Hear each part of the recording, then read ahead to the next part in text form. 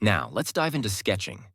For our first sketch, except for a 3D sketch, we always need to select a plane. Usually, it's one of the three default planes: front, top, or right. These planes are hidden by default, but we can quickly show them in the Hide Show item. To start sketching, simply click on any plane, let's say the front plane, then hit the sketch icon. If the context toolbar disappears before you click, no problem. Just retry the action or go to the Command Manager under the Sketch tab. So how do we know we're actually inside a sketch? 3 things will confirm this. 1. The design tree will display existing inscription, Sketch 1. 2.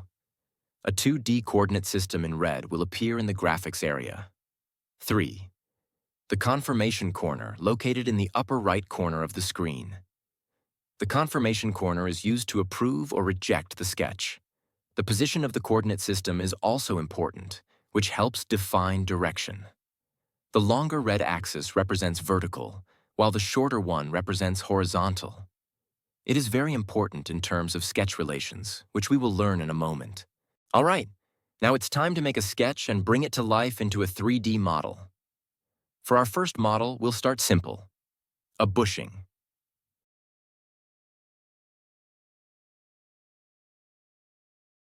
To begin, we need to sketch 2 circles. There are several ways to activate the Circle tool. First, click the circle icon in the Sketch tab. Second, press the S key to bring up the context toolbar, then select Circle. Third, right-click, Sketch Entities. Circle. Fourth, use mouse gestures. Right-click and drag toward the top. I strongly recommend using mouse gestures for efficient. Move the cursor to the origin. When you see the coincident relation, click to set the center of the circle.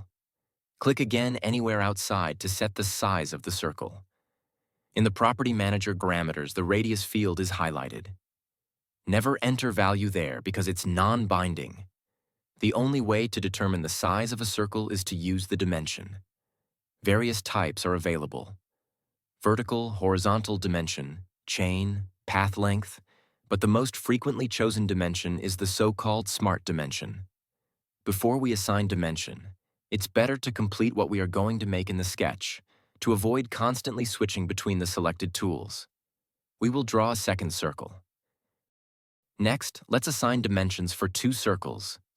Right-click and drag to activate the mouse gesture, then navigate to Smart Dimension to set the circle's diameter. Simply click once on the circle's contour, then click again outside the contour to place the dimension. When the Modify window appears, enter a diameter of 35 millimeters and confirm by pressing Enter or clicking the checkmark icon. At the bottom right of the screen, make sure the unit is set to mmgs, millimeter, gram, second. Assign the dimension of the other circle. Enter diameter value of 26.2 millimeters. Press the Escape key to exit the command. Dimensions and relations help us precisely define sketches, ensuring accuracy in our designs.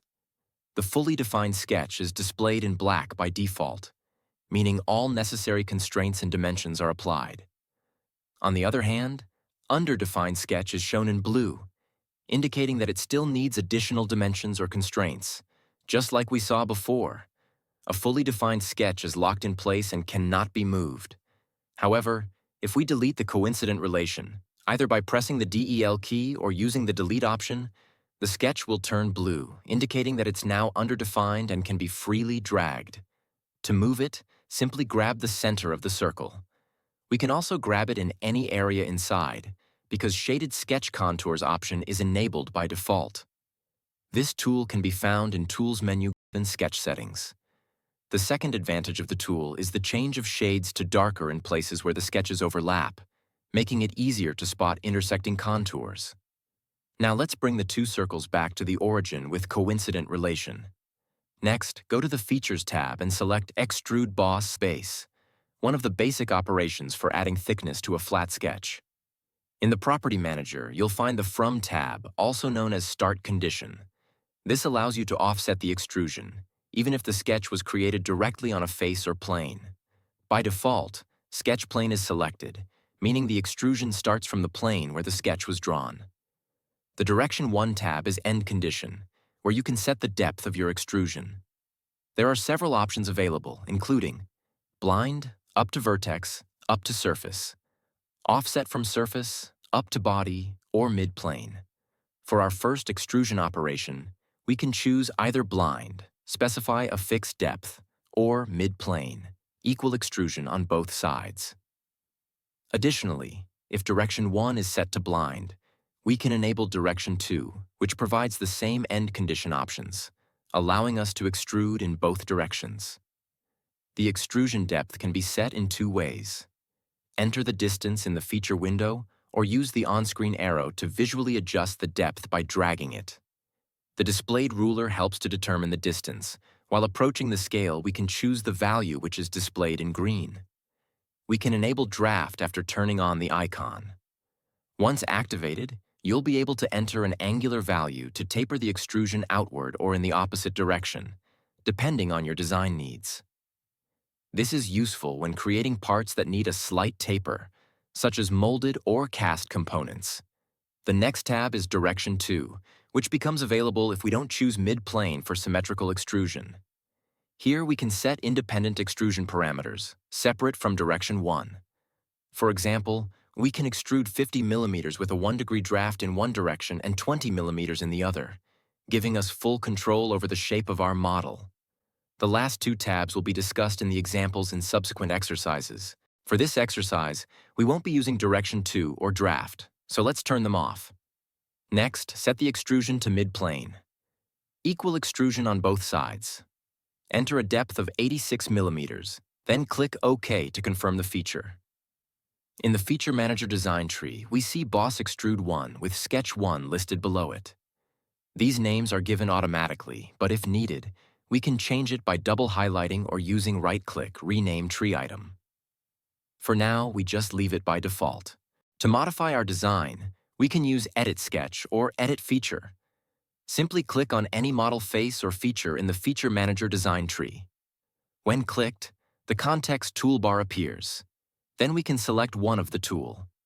Keep in mind that editing the sketch allows us to modify its shape, dimensions, or sketch relations, while editing the feature lets us adjust parameters like end conditions, extrusion direction, or enable, disable draft.